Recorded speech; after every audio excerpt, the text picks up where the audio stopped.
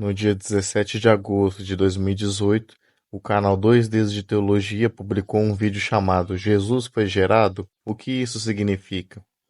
Nesse vídeo, o pastor Iago Martins fala sobre a doutrina da geração eterna do Filho.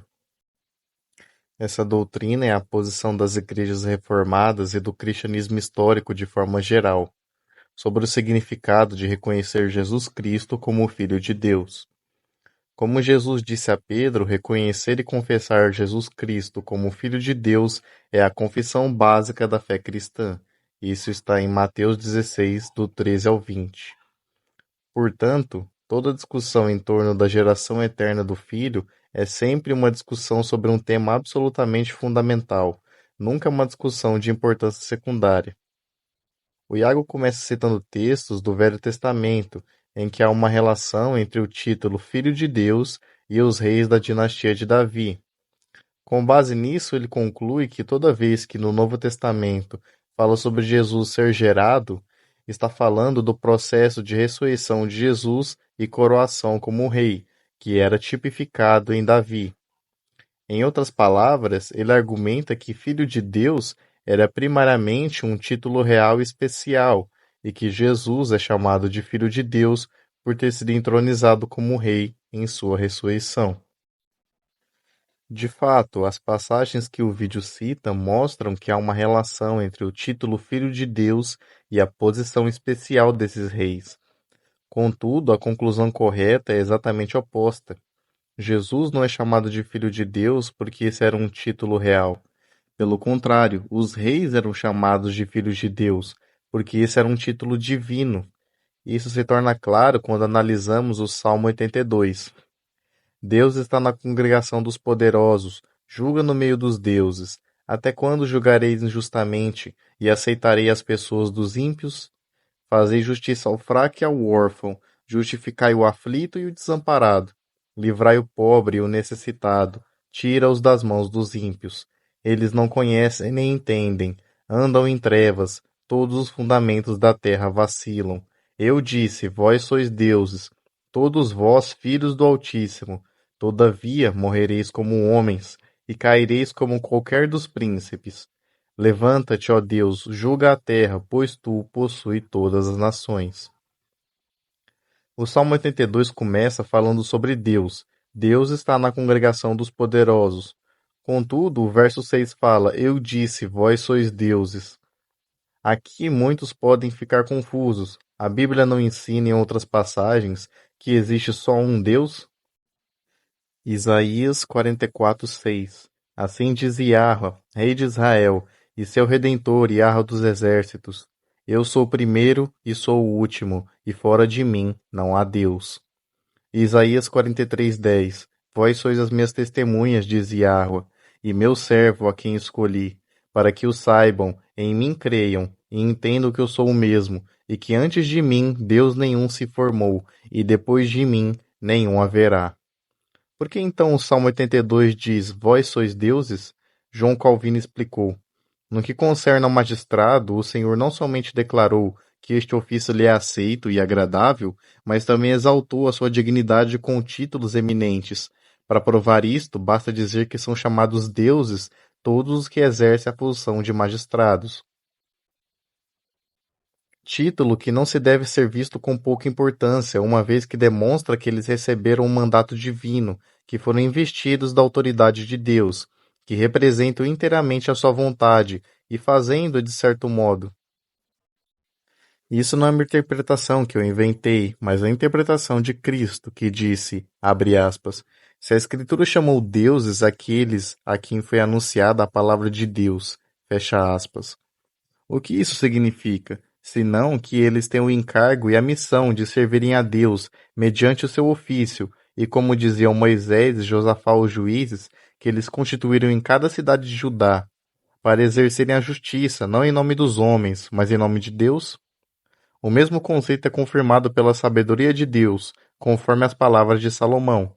Por mim reinam os reis, os príncipes mantêm a sua autoridade, e os juízes julgam com retidão. Provérbios 8, do 15 ao 16.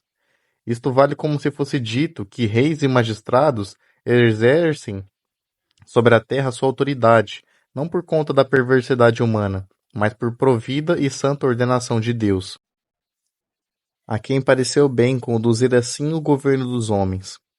Pois é ele que se faz presente e preside a formulação das leis e a reta administração da justiça. As palavras do Salmo 82 deixam claro que ele está falando de magistrados e juízes. Por isso eles são inicialmente chamados de poderosos, e logo em seguida o Senhor questiona: até quando julgareis injustamente? Sendo assim, eles não são chamados de deuses porque eles literalmente eram deuses por natureza, mas porque, embora só exista um único Deus, os juízes, como representantes de Deus, são chamados pelo seu nome. É sobre isso que o apóstolo Paulo escreveu na carta aos Romanos: não vos vingueis a vós mesmos, amados, mas dai lugar à ira, porque está escrito: minha é a vingança, eu o recompensarei, diz o Senhor. Portanto, se o teu inimigo tiver fome, dá-lhe de comer; se tiver sede, dá-lhe de beber, porque fazendo isso, amontoarás brasas de fogo sobre a sua cabeça. Não te deixes vencer do mal, mas vence o mal com o bem. Toda alma esteja sujeita às potestades superiores, porque não há potestade que não venha de Deus, e as potestades que há foram ordenadas por Deus. Por isso, quem resiste à potestade, resiste à ordenação de Deus, e os que resistem trarão sobre si mesmos a condenação. Porque os magistrados não são terror para as boas obras, mas para as más. Queres tu, pois, não temer a potestade? Faze o bem, e terás louvor dela, porque ela é ministro de Deus para teu bem. Mas se fizeres o mal, teme, pois não traz debalde a espada, porque é ministro de Deus, e vingador para castigar o que faz o mal. Em Romanos 12:19, Paulo explica que nós não devemos nos vingar de nossos inimigos, porque a vingança pertence a Deus, não aos homens. Ele cita Deuteronômio 32:35: minha é a vingança e a recompensa, ao tempo que resvalar o seu pé, porque o dia da sua ruína está próximo, e as coisas que lhe hão de suceder se apressam a chegar. Mas se no capítulo 12 ele diz que a vingança pertence a Deus, não aos homens, porque ele diz logo depois, no capítulo 13, que o magistrado é vingador para castigar o que faz o mal? Isso é porque os magistrados devem exercer justiça, não em nome dos homens, mas em nome de Deus. Por isso eles são chamados de ministros de Deus e até de deuses. Mas no Salmo 82, esses poderosos também são chamados de filhos do Altíssimo. E assim como o título deuses não é próprio deles por natureza, porque a verdadeira natureza deles é humana, não divina, o título filhos do Altíssimo também não é próprio deles por natureza. Deuses e filhos do Altíssimo são, no Salmo 82, títulos divinos sendo aplicados a meros mortais, que não são Deus ou filho de Deus por natureza. Esse é o contraste entre o que é dito no verso 6 e o que é dito no verso 7. Eu disse: vós sois deuses, e todos vós, filhos do Altíssimo, todavia morrereis como homens. O contraste aqui é que entre os títulos divinos que eles receberam, deuses e filhos do Altíssimo, e a verdadeira natureza deles, que é uma natureza humana, mortal. Isso prova que o vídeo do Dois Dedos inverteu completamente a questão. Não é que o Filho de Deus era um título real especial que foi aplicado a Cristo pelo fato dele ter sido entronizado como rei. É exatamente o contrário. Filho de Deus era um título divino que foi aplicado aos reis porque eles foram entronizados à posição de Deus. Eles não eram deuses por natureza, mas ocupavam uma posição divina e por isso são chamados de deuses e filhos do Altíssimo. É o que pressupõe o argumento de Jesus no Evangelho de João. João 10, do 22 ao diante. E em Jerusalém havia a festa da dedicação, e era inverno. E Jesus andava passeando no templo, no alpendre de Salomão. Rodearam-no, pois, os judeus, e disseram-lhe: até quando terás a nossa alma suspensa? Se tu és o Cristo, diga abertamente. Respondeu-lhes Jesus: já vos tenho dito, e não creram. As obras que eu faço em nome de meu Pai, essas testificam de mim. Mas vós não credes, porque não sois das minhas ovelhas, como já vos tenho dito. As minhas ovelhas ouvem a minha voz, e eu as conheço, e elas me seguem. Eu dou-lhes a vida eterna, e nunca hão de perecer, e ninguém as arrebatará da minha mão. Meu Pai, que as deu, é maior do que todos, e ninguém pode arrebatá-las da mão do meu Pai. eu e o Pai somos um. Os judeus pegaram então outra vez em pedras para o apedrejar. Respondeu-lhe Jesus: Tenho-vos mostrado muitas obras boas procedentes de meu Pai. Por qual dessas obras me apedrejais? Os judeus responderam, dizendo-lhe: Não te apedrejamos por alguma obra boa, mas pela blasfêmia, porque sendo tu homem, te fazes Deus a ti mesmo. Respondeu-lhe Jesus: Não está escrito na vossa lei, eu disse, sois deuses?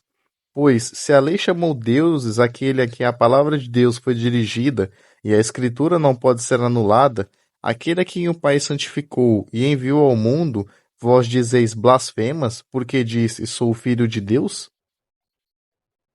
Aqui os judeus queriam apedrejar Jesus. Por quê? Segundo eles, porque sendo tu homem, te fazes Deus a ti mesmo. Mas o que ele disse que os levou a concluir que Jesus estava se fazendo de Deus? Jesus não disse, eu sou Deus. Por que então eles acusaram Jesus de se fazer de Deus? O próprio Jesus explica em sua resposta, vós dizeis blasfemas, porque eu disse, sou filho de Deus. Ou seja, os judeus entendiam que filho de Deus era um título divino, e portanto que dizer-se filho de Deus era equivalente a dizer-se Deus. João 5,18. Por isso, pois, os judeus ainda mais procuravam matá-lo, porque não somente violava o sábado, mas também dizia que Deus era seu próprio Pai, fazendo-se igual a Deus. Em outras palavras, eles entendiam que um filho é sempre da mesma natureza de seu pai. O filho de um cachorro é um cachorro, o filho de um gato é um gato, o filho de um homem é homem, e o filho de Deus é Deus. Por isso, se dizer-se filho de Deus era se dizer Deus. Ao dizer que Deus era por natureza o seu pai, Jesus estava dizendo que ele era Deus. Jesus respondeu à acusação dos judeus citando o Salmo 82.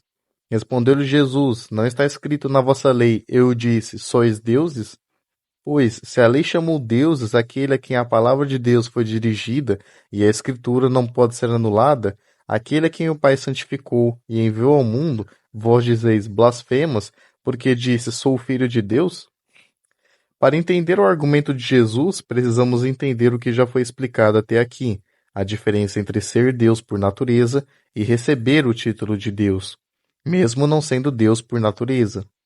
O que Jesus está perguntando em João 10, do 34 a 36, é basicamente o seguinte: se no Salmo 82 os magistrados civis foram chamados de deuses e filhos do Altíssimo, mesmo não sendo deuses e filhos de Deus por natureza, e isso não é considerado blasfêmia, pois é o que a Escritura diz e a Escritura não pode errar, por que então vocês me chamam de blasfemo quando eu digo que sou filho de Deus? Se diferente dos magistrados do Salmo 82, eu sou realmente filho de Deus, por natureza, e não um mero título? Em outras palavras, o argumento de Jesus é que se esses títulos poderiam ser usados no Salmo para se referir a meros mortais, que não eram deuses e filhos de Deus por natureza, muito mais tinham que ser usados para ele, que era Deus e filho de Deus por natureza. O argumento de Jesus pressupõe que esses títulos que estavam sendo utilizados no Salmo 82 para se referir a meros mortais, pelo fato de serem magistrados, eram títulos propriamente divinos. Jesus então não é o filho de Deus porque ele é rei, é exatamente o contrário. Os reis eram chamados de filhos de Deus porque eles ocupavam um cargo divino.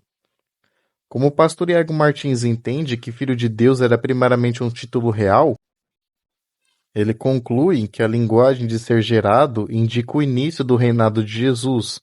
Como já demonstramos, essa conclusão está errada, porque Jesus não é chamado de filho de Deus por ser rei, mas são os reis que são chamados de filhos de Deus pela mesma razão que são chamados de deuses.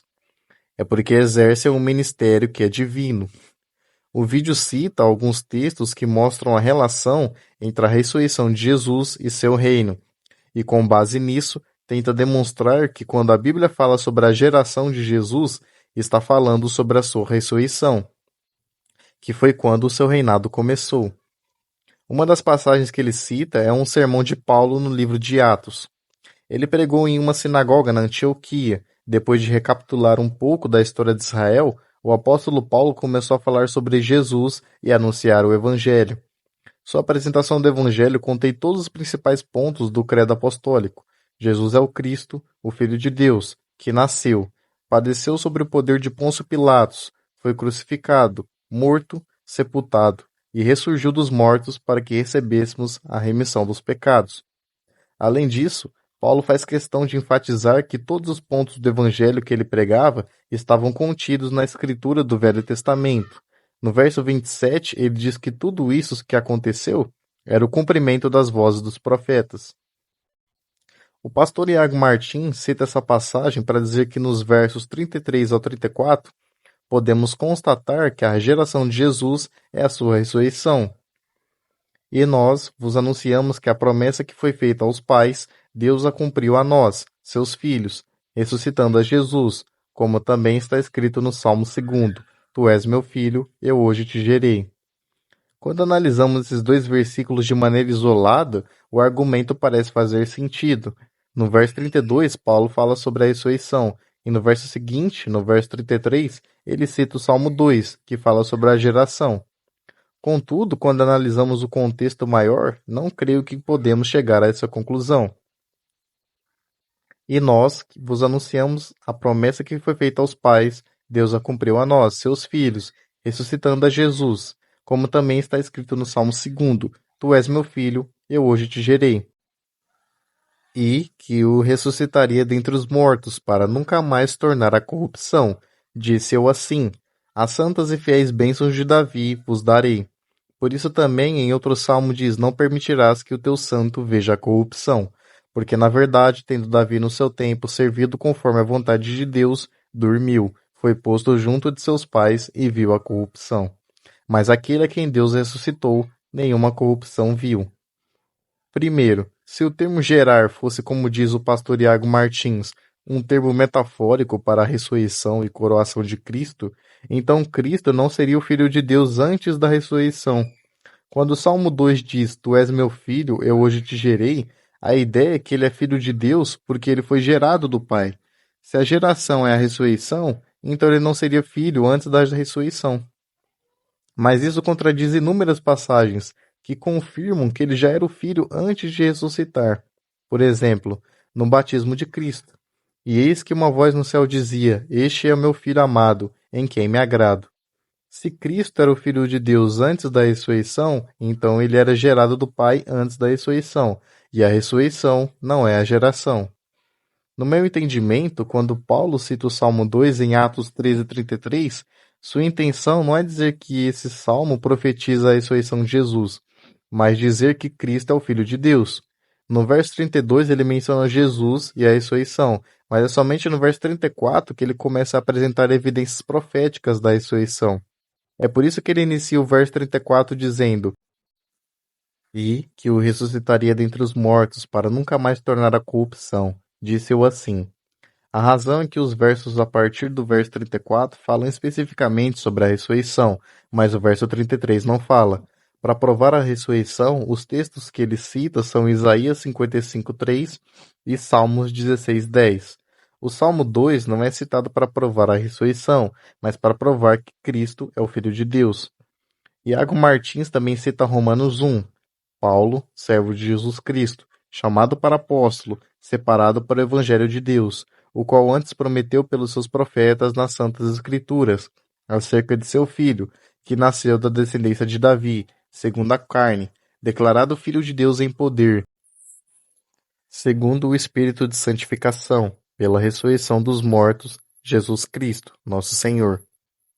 Mas Romanos 1 não diz que ele foi gerado na ressurreição, diz que ele foi declarado Filho de Deus, o que pressupõe que ele já era Filho de Deus, gerado do Pai, antes da ressurreição. Na ressurreição, o que ele já era, o Filho de Deus, foi declarado em poder.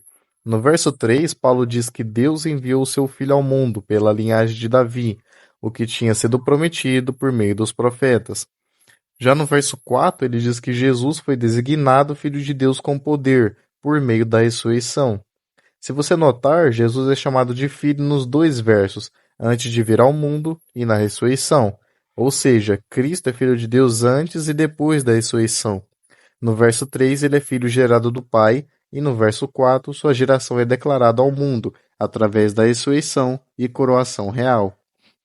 Jesus é o Filho de Deus porque ele é gerado do Pai. Quando ele ressuscita e vira rei do reino de Deus, ele recebe um título baseado na sua natureza. Os juízes e magistrados de Israel só usavam emprestado o seu nome e assumiam o seu cargo divino, de representante de Deus na terra, algo que sempre foi por direito de Jesus Cristo.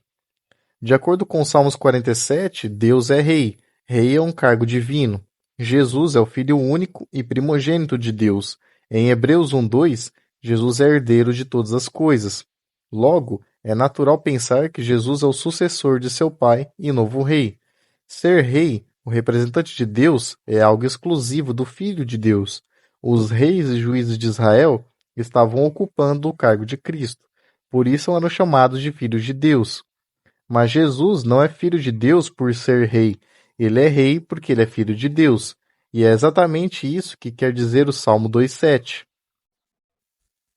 Ser gerado não implica, portanto, que ele então começou a ser filho de Deus mediante a ressurreição, mas que a sua existência eterna e legitimidade se fez manifesta ao mundo por meio da ressurreição.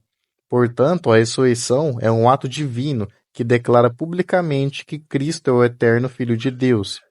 Pois mesmo Jesus sendo Filho de Deus, ele estava em oculto desde o princípio, em secreto no seio do Pai. Mais tarde esteve obscuramente representado sob a lei. Mesmo sendo Deus por natureza, assumiu formas inferiores, como de anjo e de homem. Porém, sendo obediente e virtuoso até a morte, revelou a glória de seu Pai, recebendo por consequência a coroa preparada para ele desde a eternidade. Existem três doutrinas a respeito da divindade de Jesus. Ele é autoexistente, ele é gerado ou ele foi criado.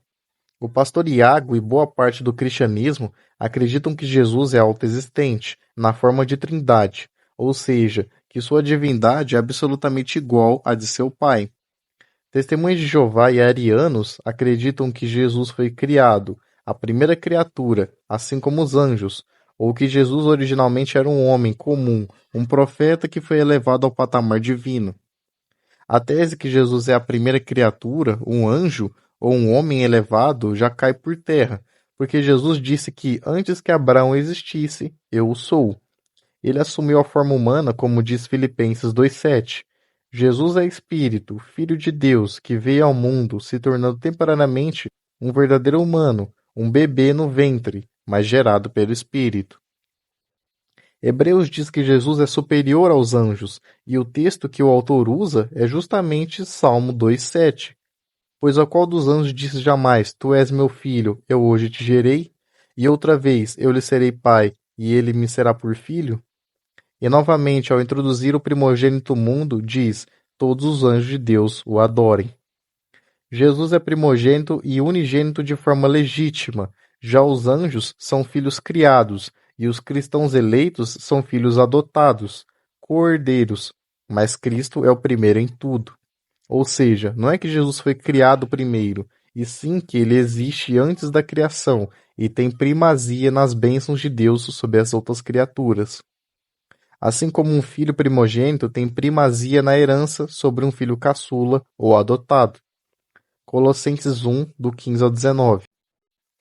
Este é a imagem do Deus invisível, o primogênito sobre toda a criação, pois nele foram criadas todas as coisas, nos céus e sobre a terra, as visíveis e as invisíveis, sejam tronos, sejam soberanias, quer principados, quer potestades. Tudo foi criado por meio dele e para ele. Ele é antes de todas as coisas, nele tudo subsiste. Ele é a cabeça do corpo, da igreja. Ele é o princípio, o primogênito dentre os mortos, para em todas as coisas ter a primazia, porque agradou a Deus que nele residisse toda a plenitude. Por isso eu defendo que Jesus é gerado do Pai, e ressalto que o verbo ser da minha frase não está conjugado, nem no passado, nem no futuro, porque o termo Jesus foi gerado dá a impressão de tempo, e no entanto, Jesus é gerado se encaixa perfeitamente no que defendo. Que Jesus é sim eterno e sempre existiu como Deus, mas ele procede de Deus Pai. Agora vou mostrar os textos que provam a geração de Jesus. João 1,14. E o Verbo se fez carne e habitou entre nós, cheio de graça e de verdade, e vimos a sua glória, glória como unigênito do Pai. A palavra unigênito é derivado do latim unigenitus, que significa único gerado ou filho único. Traduzido do grego, que é mais antigo que o latim, é a palavra monógenes, que não está necessariamente relacionada com o nascimento ou criação. Dependendo do contexto, ela pode ter sentido de único de sua espécie, único existente ou único do tipo. João 1,18 Ninguém jamais viu a Deus, o Deus unigênito, que está no seio do Pai, é quem o revelou. Não me entenda errado, Jesus não é filho de Deus no sentido ontológico ou biológico, nem que Cristo nasceu em algum momento do tempo. Não existe um tempo em que Jesus não existiu, porque o tempo é algo posterior a Deus, criado por Deus, e o que é criado não tem domínio sobre o que é eterno. Hebreus 13:8 Jesus Cristo, ontem e hoje, é o mesmo e o será para sempre. Ele é o Alfa e o Ômega, o primeiro e o último, o princípio e o fim. Jesus é eterno, e eternidade é uma característica da natureza de Deus. Então, quando digo que Jesus foi gerado pelo Pai, é que ele procede do Pai. Há uma relação de gerador e gerado. Jesus provém, deriva, emana do Pai. Pense no Sol e na luz solar. A luz não é o Sol, mas a luz vem do Sol. A luz é o resplendor do Sol. Jesus é para o Pai, como a luz é para o Sol. E isso é falado em Hebreus. Ele, que é o resplendor da glória e a expressão exata do seu ser, sustentando todas as coisas pela palavra do seu poder.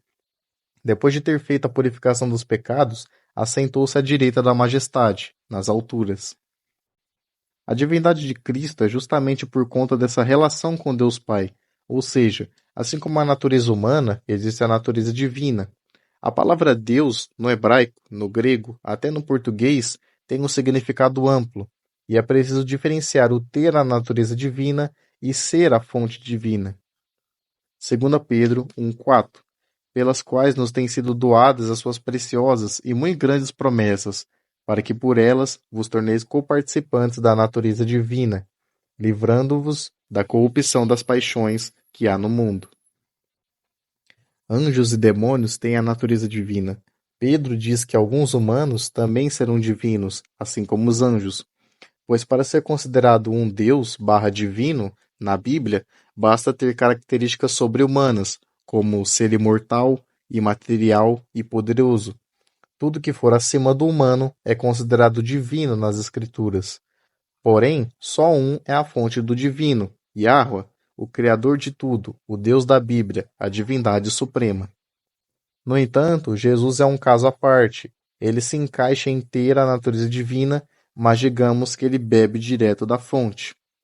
Colossenses 2,9 Porquanto nele habita corporalmente toda a plenitude da divindade.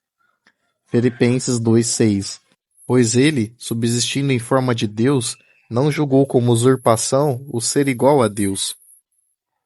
Os anjos são divinos, mas são criaturas como nós.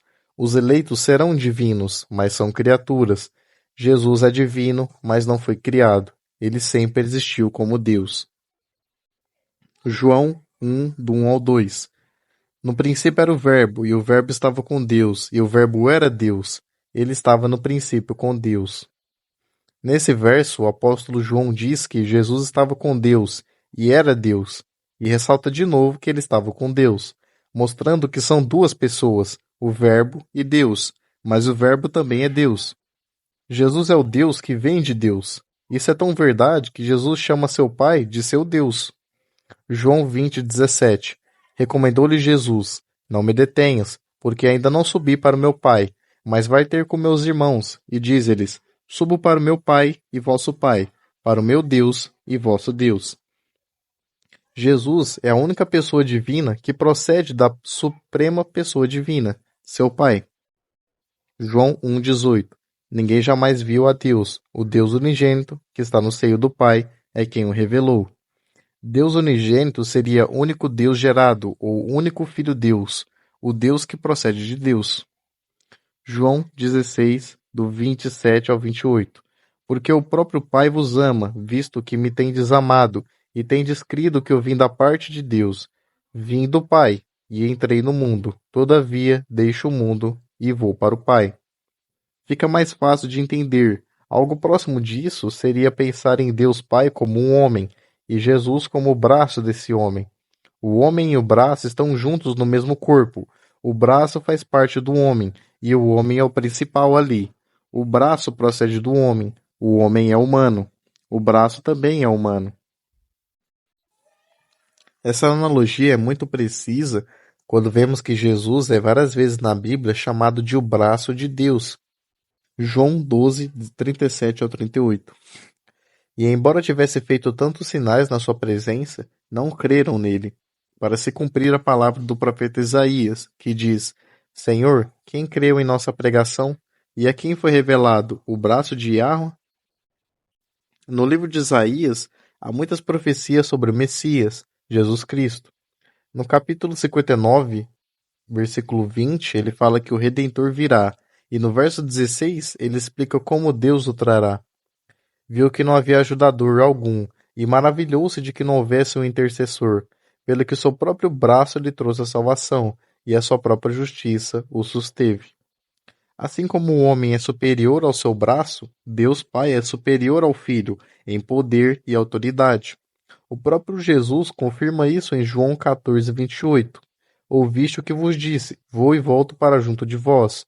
Se me amassem, ficariam alegres de que eu vá para o Pai, pois o Pai é maior do que eu. Entender essa analogia do braço é importantíssima para entender a divindade de Cristo e a posição dele em relação ao Deus Pai. Ele procede de Deus como um braço, mas como o braço de Deus é também uma pessoa, é compreensível chamá-lo de filho. João 5,19. Então lhes falou Jesus: em verdade vos digo, que o filho nada pode fazer de si mesmo, senão somente aquilo que vive fazer o Pai. Porque tudo que este fizer, o filho também semelhantemente o faz. Esse texto explica bem as duas características de Jesus: o filho, que é uma pessoa que possui vontade própria, e o braço, que nada pode fazer por si mesmo. Sobre Jesus, João 1,3 diz que todas as coisas foram feitas por intermédio dele, e sem ele, nada do que foi feito se fez. E Colossenses 1,16 diz que tudo foi criado por meio dele e para ele. Por meio do meu braço eu criei esse roteiro. Deus, através do seu braço, criou o mundo. E tudo que foi feito por meio dele também é para ele, assim como a herança de um pai é para um filho. Agora tente usar essa analogia humana para a Trindade. Dizer que Jesus e o Espírito são Deus igualmente como o Pai é Deus é praticamente adotar o politeísmo, e eu vou explicar o porquê. Se Jesus e o Espírito Santo são coiguais e nenhum veio do outro, como eles são um só? Se três pessoas são iguais e nenhum veio do outro, tá mais para três irmãos gêmeos, e não Pai, Filho e Espírito Santo. É como nessa imagem, que cada um tem seu próprio corpo, entre aspas, sua própria divindade. Os três são coiguais, um não é o outro, mas como você pode dizer que eles são um só? Dizer que Jesus é 100% Deus e coigual ao Pai não é afirmar sua divindade, mas diminuir a soberania e unicidade do Pai. Na Trindade, os três são iguais e têm diferentes papéis. O Pai é o Criador, o Espírito é o Regenerador e o Filho o Salvador. Qual a diferença do Trimurti dos hindus? Brahma é a criação, Vishnu é preservação e Shiva é destruição. Um corpo é uma unidade, pois é a ligação entre membros. Jesus usa essa mesma analogia de unidade dele com o Pai para a Igreja, o corpo de Cristo. Jesus é a cabeça do corpo e cada eleito é uma parte desse corpo. Um corpo é composto por partes interligadas e não iguais. Ou você já viu um corpo composto somente por braços? Normalmente é uma cabeça, dois braços e duas pernas. Isso falando de fisionomia humana. Agora entenda o corpo como uma divindade. Deus Pai é o cabeça do corpo. Jesus é o braço e o Espírito é o dedo. Perceba que é somente um corpo, uma única divindade. Proceder de alguém é a prova da unidade. Assim como o cristão que nasce de novo em Cristo procede dele e agora está em unidade com Jesus, fazendo parte do seu corpo, a Igreja. Dizer que Jesus é gerado do Pai também é a resposta de duas doutrinas bíblicas paradoxais. Deus Pai é o único Deus e que Jesus Cristo é Deus. Dizer que Jesus é o Pai ou igual ao Pai está errado. Dizer que Jesus não é Deus, mas uma criatura, também está errado. Mas dizer que Jesus é Deus porque é gerado do Pai, isso sim está em concordância com a Bíblia. Deus Pai diz: sou único e fora de mim não há Deus. Jesus diz que é Deus unigênito no seio do Pai. Essa palavra seio vem do grego kolpos, que é o peito da vestimenta. No costume oriental, reclinar-se sobre o peito de alguém mostrava intimidade com aquela pessoa. Isso é mostrado com João, que se reclinou no peito de Jesus para perguntar quem era o traidor, o mesmo que é chamado de o discípulo a quem Jesus amava. Jesus dizer que está reclinado no peito do Pai, de Deus Pai, mostra que ele tem uma ligação única e especial com ele. A junção de Isaías 43:10, 44:6 e João 1:18 seria assim: Eu, Yahweh, sou o único, e não há ninguém igual a mim. Não houve Deus antes de mim, e depois de mim nenhum haverá. Fora de mim não há Deus, mas junto de mim há o Deus que de mim procede, meu único filho. O foco aqui foi sobre a geração de Jesus.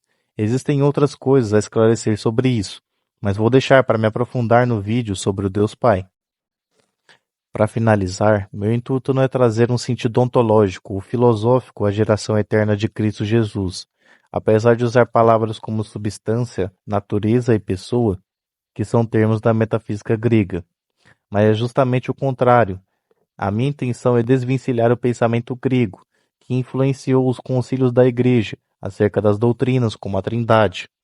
Então não entenda errado, eu não estou racionalizando a fé com conceitos metafísicos, porque compreender e aceitar intelectualmente o que eu estou dizendo não torna ninguém um cristão. A fé é dada por Deus através da revelação natural e revelação de Jesus Cristo. Ou seja, eu nunca vou ter um verdadeiro relacionamento com Deus por meio da crença intelectual, mas pela própria vontade de Deus. Então meu papel aqui foi apenas desmentir a Trindade com a própria Bíblia, usando conceitos metafísicos apenas para facilitar o entendimento. Mas a maioria das analogias que eu usei aqui estão na própria Bíblia, como a do filho e do braço. Não buscar as doutrinas verdadeiras é cometer o erro de Oséias 4:6. Já a filosofia grega e qualquer outro conhecimento extrabíblico pode ser estudado, não para se tornar um adepto dela, mas para serem anuladas diante das Escrituras, como diz Colossenses 2:8 e 2 Coríntios 10:4 e 5. 80% desse conteúdo eu peguei de outras fontes. Se quiser ler, e sugiro que leia as fontes originais, vou deixar os links na descrição. O tipo de conteúdo dessas fontes dá para se achar se você procurar bastante, mas aqui no YouTube é quase inexistente. De cabeça eu lembro do Rômulo Ribeiro, de Volta à Raiz e Cultura Semita. O canal do Iago Martins tem vídeos incríveis, mas em outros como esse que estou rebatendo, é nítido o viés teológico. Ele é formado, é pastor e com certeza tem mais preparo do que eu. E respeito o Iago, mas se o que ele defende não tem fundamento, o tempo vai revelar a verdade. Não dá para sustentar um engano para sempre. Queria dizer que meu emprego está drenando meu tempo e energia, por isso os vídeos estão com uma frequência horrível. Mas meu intuito não é ter um canal convencional, nem trazer entretenimento, muito menos monetizar esse canal. Meu objetivo é encontrar quem queira escutar essas coisas que eu falo. E se você é uma delas, muito prazer. Bom, é isso. Tchau.